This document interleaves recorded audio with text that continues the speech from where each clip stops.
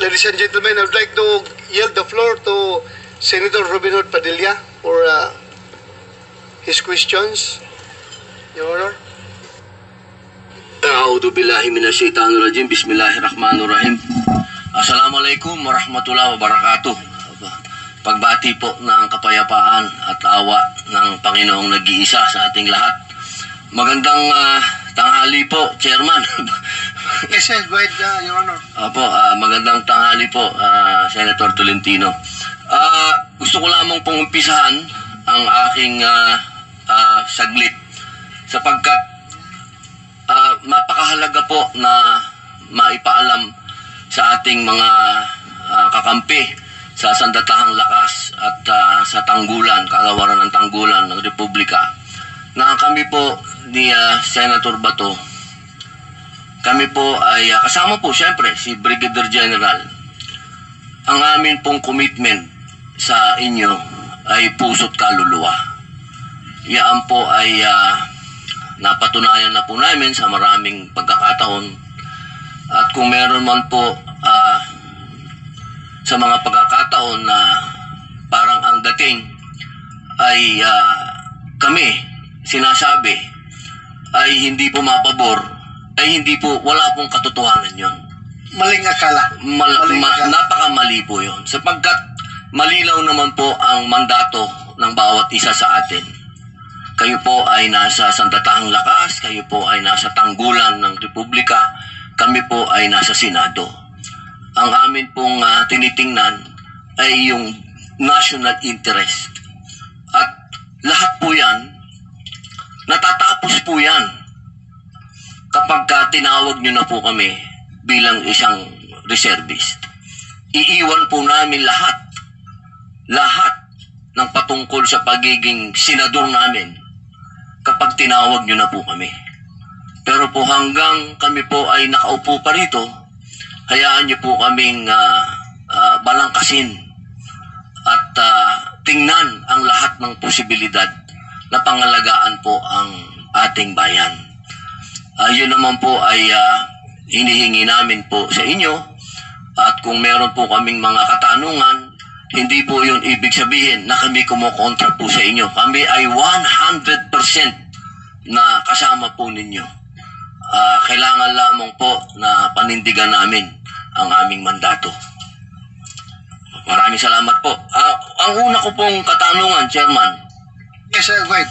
Opo, ang ating pong mahal na Pangulo na Bongbong Marcos ay nagpahayag po sa pamamagitan po ni kasamang Jonathan Malaya. Ang sabi po niya ay i-civilianize natin ang approach sa Ayungin Shoal. Ano po ang naging reaction po ninyo, Secretary, mahal na kalihim at kaibigan? Thank you po sa ating mahal na senador at kaibigan. At asahan niyo po, kami po ay naninindigan din sa ating demokrasya. Ginagalang po namin ang tayo po ninyo, at sa panig po namin, akseptado po namin na trabaho po ng kagalang-galang na Senado. Nasiya sa atin talaga lahat ng posisyon. Meron lang ho talagang mga ibang mga third party na binabaliktad ang mga mensahe ho natin, at pilit po tayong pinagsasabong kahit wala namang sabungan. Kaya ako po ay nagsasabi sa harapan ng madla na wala pong nanggagaling sa amin na pagsalungat sa kahit anumang senador, dahil ginagalang po namin ang mandate. Yung ibig sabihin po siguro ng ating Pangulo na i-civilianize ito ay hindi naman po mawawala ang military component. Ngunit ito talaga ay para magkaroon tayo ng epektibong jurisdiction and control over this. No? Ngunit ang katunayan lang po, military vessel po ang nando doon, yung BRP Sierra Madre. Kaya kailangan po na aming ipagpatuloy ang pagpapanatili na maayos ng mga tao dun sa loob, at itong patunay na kinokontrol po natin ang ayungin. So, ang amin pong mandate dyan is to support yung Sierra Madre at kung ano po ang inisyatibo ng ating Pangulo at mga plano ng National Security Council tungkol dyan na kami miyembro, susuporta po kami. Napaka linaw po kasi nung naging posisyon ng ating Pangulo na gusto niyang kung ano man, kung meron man escalation ay bumaba. Yun po ang nakikita namin na kanyang posisyon. Pero eto po ngayon nagsalita kagabi. Napanood ko kagabi yung foreign minister ng kapitbahay natin. Opo, ang sabi niya parang pinuprovoke daw natin lagi sila. Medyo naguluhan po ako dun sa sinabi niya. Ano po ba? Sino po ba talaga ang nagpo-provoke? Sila o tayo? Sa mahal nating kaibigan, Senador, hindi po tayo nagpro-provoke sa kanila. Ang ginagawa lang po natin na matagal na po, kaya nga po gusto natin baguhin ang plano ng pag-iisip natin, nagre-react lang tayo sa ginagawa po nila. So sila po nangunguna, sila po ang humaharang ng ating mga ngisda, sila po ang naglagay ng barrier doon sa Scarborough. At nung nakapasok na nga po ang ating mga fishermen ayon sa mga ulat po sa amin, ang laki po ng kanilang nahuli na isda. Sila po ang nagpro-provoke hindi naman po tayo po'y nagre-react. Ngayon po ang aming pong pagbabago ng palaisipan, ng kaisipan sa armed forces, huwag na po tayo magpa-provoke. Humanda na lang tayo na wag na nila tayong provokin kasi atin naman po yan sa ilalim po ng international law. At kami po ay hindi tutol sa pag-uusap. Kailangan po ng diplomasya dito. Ngunit, dapat sang-ayon po ito sa prinsipyadong pag-uusap, open and transparent. Para wala pong masasabi na may binulong, tapos nagtuturuan. So, sa amin lang po ay gusto lang po namin suportahan ang whole of government approach natin. Ngayon, sa panig naman po natin, nakikita natin itong West Philippine Sea po ang focus. Pag hindi po natin pinatatag ang ating sandatahang lakas, baka naman po sa Philippine Rise mangyari pag naunahan tayo. Kaya po kailangan unahan na po natin. Maraming salamat po. Mahal na kalihim, kasi dito po sa sinabi niya, tayo daw ang naghahanap ng gulo. Gulo din ito. Meron po akong isang lamang po, kasi sabi niyo, maghanda po tayo. Yun po ang matagal na po naming sinasabi, mahal naming kalihim sa ating mga kababayan, na sana ay gawin na nga natin talaga yung paghahanda. Pero hindi po namin nararamdaman, una dito po sa bulwagan ng Senado, sapagkat hanggang ngayon po nakabingit pa rin yung aming mandatory ROTC. Opo, ano po ang ginagawang hakbang na ang DND at ng AFP para makumbinsi po yung aming ibang mga kasama dito sa Senado na siya pong nakalulungkot pong isipin na kung sino pa yung maraming mga patutsada patungkol sa kailangan ay ganito na ang gawin, kailangan na ganito ang gawin, pero hindi sila sumusuporta sa mandatory ROTC. Gaano po ba kaimportante ang mandatory ROTC sa inyo pong palagay po? Importante po ang mandatory ROTC, lalo na po sa mga skills na kinakailangan po ng reserve force in the future, no? Inuutos ko nga po sa sandatahang lakas na pag-isipan mabuti ang ating reserve force structure kasi ngayon po wala po tayong TONE sa reserve force structure. At baka kailangan po natin ng mas marami pang reserve forces sa Navy at saka sa Air Force. Kasi ang isang theory na binibigay po nila, katulad po ng World War II nung araw, ang default mechanism magre-reserve po sa mamumundok. Wala na po tayong pagbubundukan dito at pag abutan na po tayo dito ng kalaban sa lupa, po ang delikado na estado natin, no? Kaya hinahanda po namin ang organisasyon na tumanggap ng Reserve Force. At saka may comment ho sa ang ating kasama na sana po mapalitan ng nomenclature ng ROTC para ang mga ekspektasyon ng mga bata ay hindi umangat. Kasi hindi po lahat yan magiging opisyal. Kailangan ho may sundalo. Kaya gawin na lang ho, mandatory military training na lang ho. Ngayon, we choose the best. Kasi po this is a truth also po. Doon po sa skills na kinakailangan. Kasi po ang PMA, 1 degree lang po yan. Bachelor of Science lang po. Kailangan po ng multidisciplinary na armed force kasi kailangan natin ng computer science dyan. Kailangan po natin ng engineering, project management, psychology, international relations para ho sa skills. Galing ho yan sa OCS, sa Reserve Force at sa ROTC. So, hindi lang po para sa Reserve Force ang ROTC, ngunit pang-fill up ng ating mga tinyente sa regular force. So, importante po ang ROTC.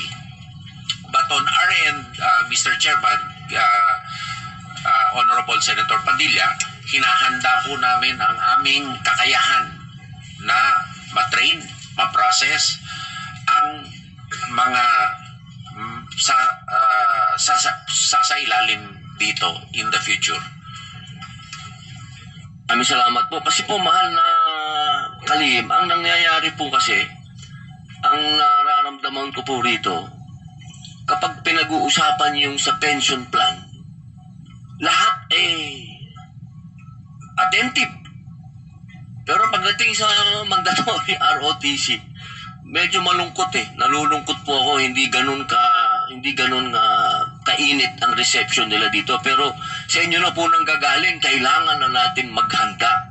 Kaya po sana maging senyalis na po ito para ang buong Senado po ay sumuporta dito sa mandatory ROTC o mandatory military training. Yan din po talaga ang lagi kong sinasabi, yung disiplina. Kailangan natin makuha yung disiplina. At isa pa pong tanong, ito lamang pong yung po bang meron tayong di ba? Meron lang po ako ipapakita kasi nasaan na po ba tayo ngayon? Kasi kailangan po natin maipaliwanag sa taong bayan kung dito po sa diagram na to nagahang ba? Okay. Yan, isang nating dapat ayusin yan kung gusto natin maging handa.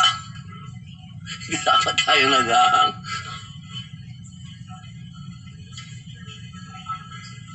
Pakitry lang. Sana po pagka hiniling din yung patungkol sa mandatory, sana nandun din po ang buong armed forces.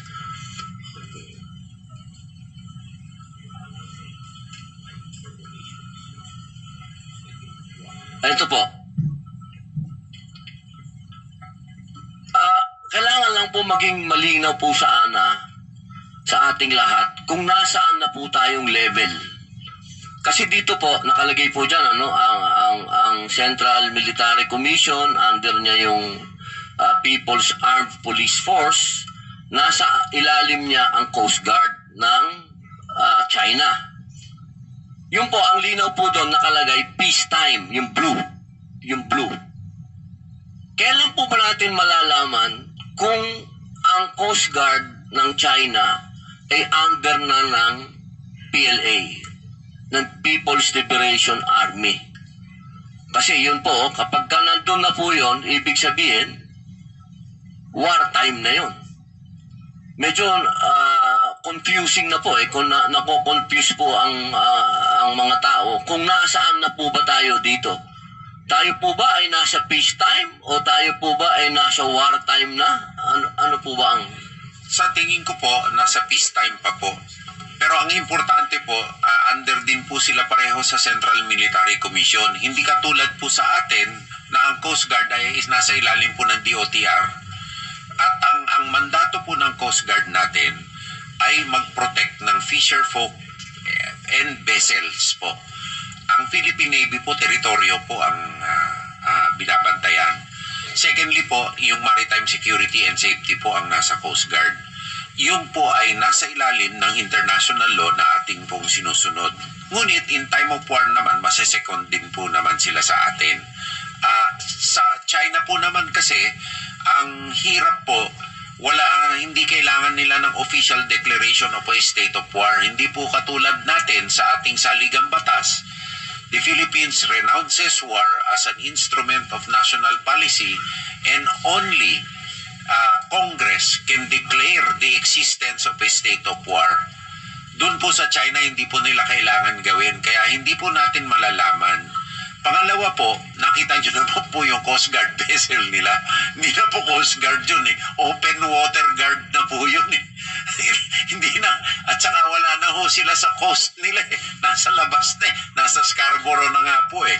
Kaya po sa akin, etong mga diagram na to, palagay ko, hindi po natin pwedeng bigyan ng 100% po ng authenticity o pag-aasa na ganito nga ang structure nila. Kasi nakikita naman po natin ang pangyayari. Ilang linggo na nawala yung defense minister nila, napalitan bigla yung kanilang foreign minister. Kaya hindi po natin alam talaga kung ano ang estado ng gawain nila, kundi sa nakikita natin na ginagawa nila po sa atin dito po sa karagatan po natin. Kung ganun po, mahal na kalihim ang sitwasyon, ano po ang pwedeng gawin natin? Kasi ang Coast Guard nasa ilalim pa po ng DOTR. Dati naman siyang nasa ilalim ng Armed Forces. Di po kaya dapat ibalik na rin sila sa Armed Forces? Hindi po kagalang-galang na senador, kasi po ang primary mandate po nila talaga ay maritime safety and security. Kaya nga naiputol yung harang sa Scarborough dahil maliban sa ibang mga dahilan, ito po ay hazard to marine safety. Kaya tama-tama lang po sila. At wala ho sa mandate ng Armed Forces na mag-regulate ng inter-island shipping katulad po ng Coast Guard.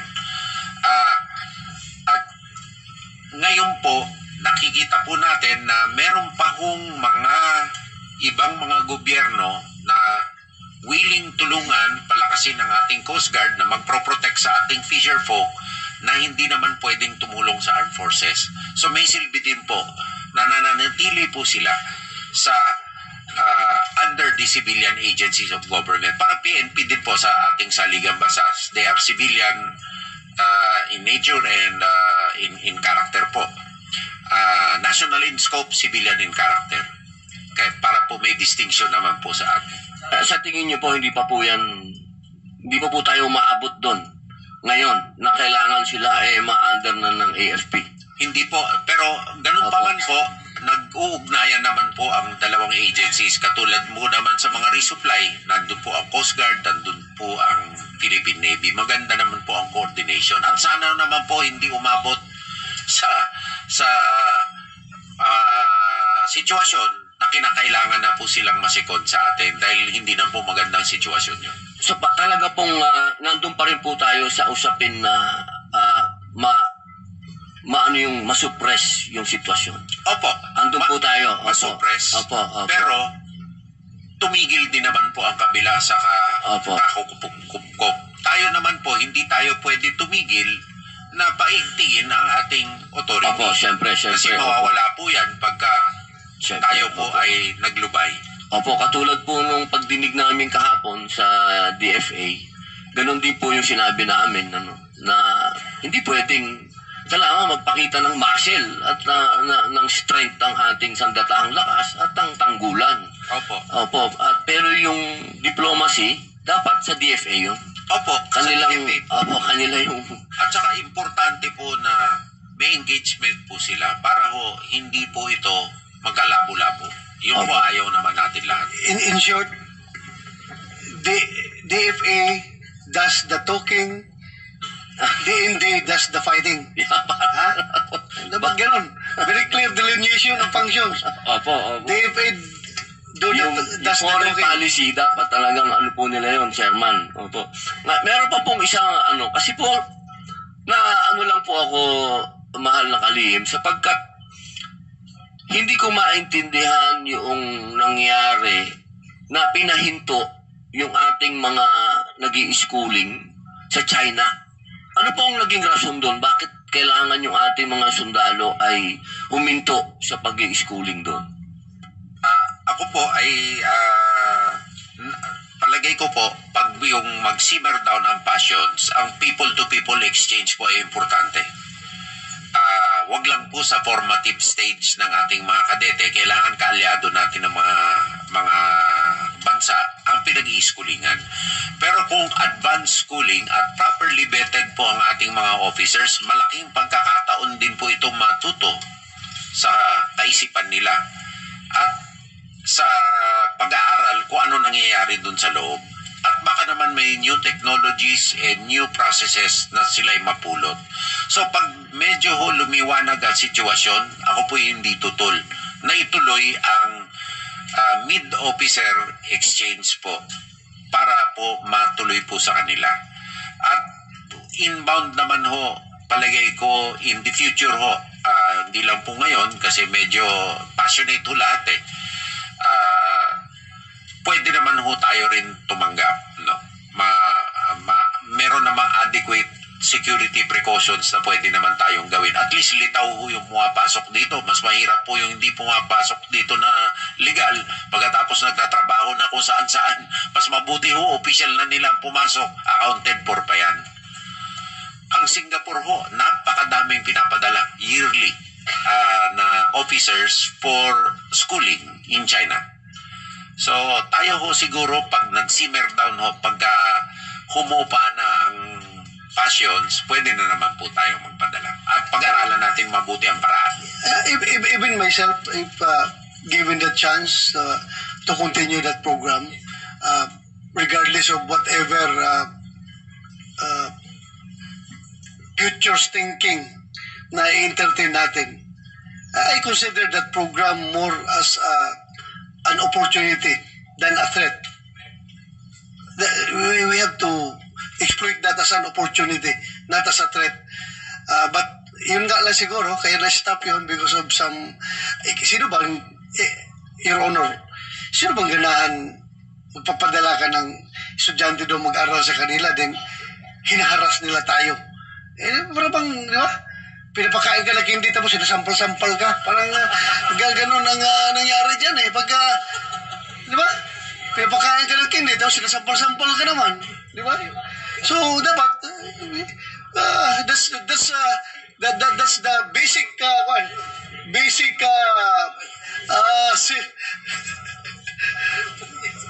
ayaw sir, ayaw. Para bang, pinapakain mo ako noon sir ng sili ba, using De Leon, tapos pagkatapos sabihin mo drink water, tapos ang water pala pinapainom mo mainit pala, lalong nasusunog yung bibig mo. Yun lang yun, Your Honor, na thank you No, mahal na kalihim, umaasa po tayo na itong init na passion na ito ay bababa. At saka po, ang mahirap po sa Department of National Defense o AFP, pag sarado ho ang isip. Kailangan ho bukas ho ang isip natin. Kasi nagpapalit ho mayroon tayong independent foreign policy. Hindi lang ho natin sinisiyasat ang ating mga kalaban, kundi kahit kaalyado. At dapat bukas ang mata natin. Kaya mahirap ho ang sarado ang isip. So, kami po ay bukas ang isip sa lahat po. Ang pinakamahirap po sa foreign schooling ngayon ay hindi po yung situation, ngunit personal ko pong ini-interview lahat po na mag-i-schooling at tinitignan ko ang research proposal po nila. Basta, just make this clear na lahat ng bugso ng damdamin, lahat ng init ng pananalita, na lahat ngayon, ito'y hindi pagbubunga sa pagmamahal natin sa China, hindi sa pagmamahal natin sa Amerika, kundi sa pagmamahal natin sa Pilipinas, ating inang bayan. Di ba? Whatever. Minsan sa init ng sir, nagkabakbaka na. Pero isa lang common denominator nun. Nagagalit, tumatapang dahil mahal ang bansang Pilipinas. Hindi mahal yung ibang bansa. So ganoon lang dapat, nagkaisa tayo dito. Wala tayong ibang agenda dito, kundi protektahan yung ating soberenya. Diba? Thank you. Opo, tama po, Chairman. Kasi, syempre, alam niyo po, yung ang sitwasyon ng ating bansa ngayon sa loob ng Asia. Alam ko po, alam naman po yan ng aking mahal na kaibigan na medyo nahuhuli talaga tayo sa lahat po ng usapin. Sa lahat ng usapin po. Militarily, economically, lahat po. Kaya napakahalaga na magkaroon tayo ng magagandang relasyon sa ating mga kapitbahay. Sapagkat kahit naman pong saang lugar, kapag mayroong nag-aaway na magkakapitbahay doon, lalayo ka eh. Ayoko dyan. Madamay ako dyan. Ganun po eh. Sana hindi ko po hinihingi sa inyo na maging mabait kayo. Hindi po. Lalo po kayo dapat maging mabangis sa usapin na ito. Pero wag natin isarado po yung ating mga sarili sa usapin na ito. At meron pong isang magandang, nung ako po ay alam ko naman po, lahat naman tayo, nagma-martial arts naman po tayo, di ba? Lahat naman, may kasabihan dito, English nga lang ito, ba't yung Tinagalog ito? Paano ko sasabihin ito? Ito, sabi nito sa English, if you know the enemy and know yourself, you need not fear the result of 100 battles. If you know yourself but not the enemy, for every victory gained, you will also suffer a defeat. If you know neither the enemy nor yourself, you will succumb in every battle. So napakaganda po nitong usapin na ito. At alam ko po na ang ating sandatahang lakas, ang ating pong kalihim sa tanggulan ay 100% na ang kanilang pag-ibig sa bayan, ang pag-ibig sa Pilipinas ay nananaig, mahal na Chairman. At ganun din po kami ni Chairman at lagi po kami nagbubulungan yan eh. Sabi niya, kailan ba tayo patatawag nitong mga ito? Kailan po ba niyo kami patatawag? Yun po ang tanong namin ngayon. Kailan ba tayo patatawag? Yung rango mo, Your Honor, sa reserve? Sir, yes sir. Lieutenant Colonel, sir. Lieutenant Colonel. Yes sir. Promote ko lang, sir. Yung 4-star ko sa PNP, makikiri ko ba yan kung ipapatawag niyo ako? Oh, of course, sir. I will wear my uniform pag yung 4-star pa rin. Of course, Mr.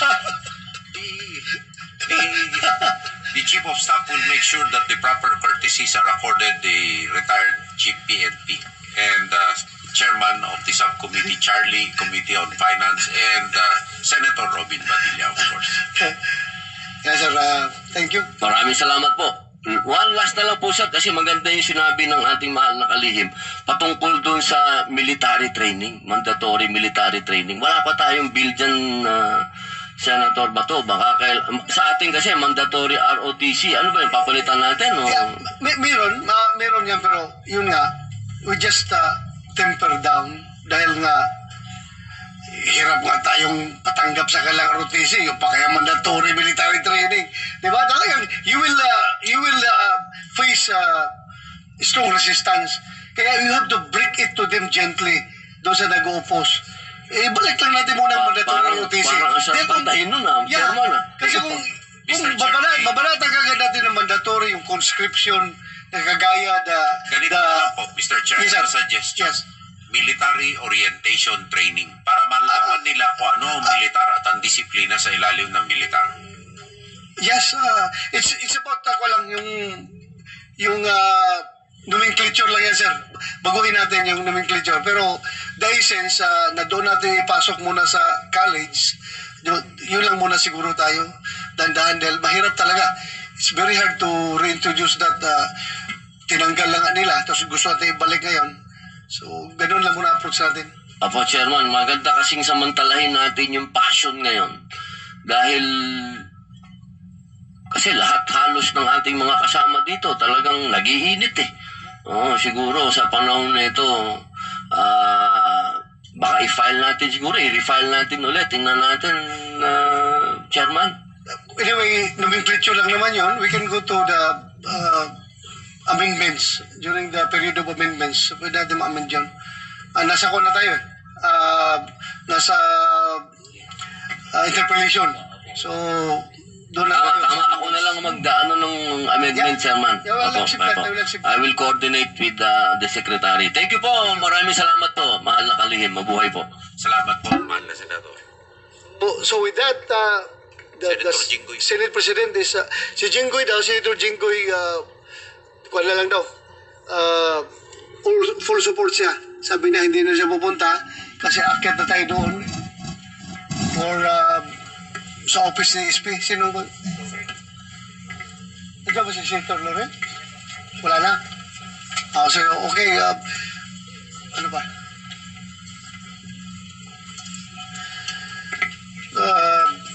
The committee hereby approve the budget of the DND and its attached agencies, including the revised AAP modernization program, subject to possible budgetary adjustments, and will be submitted to the Senate plenary for deliberation and approval. Thank you. Maraming salamat, sir. Thank you for joining us.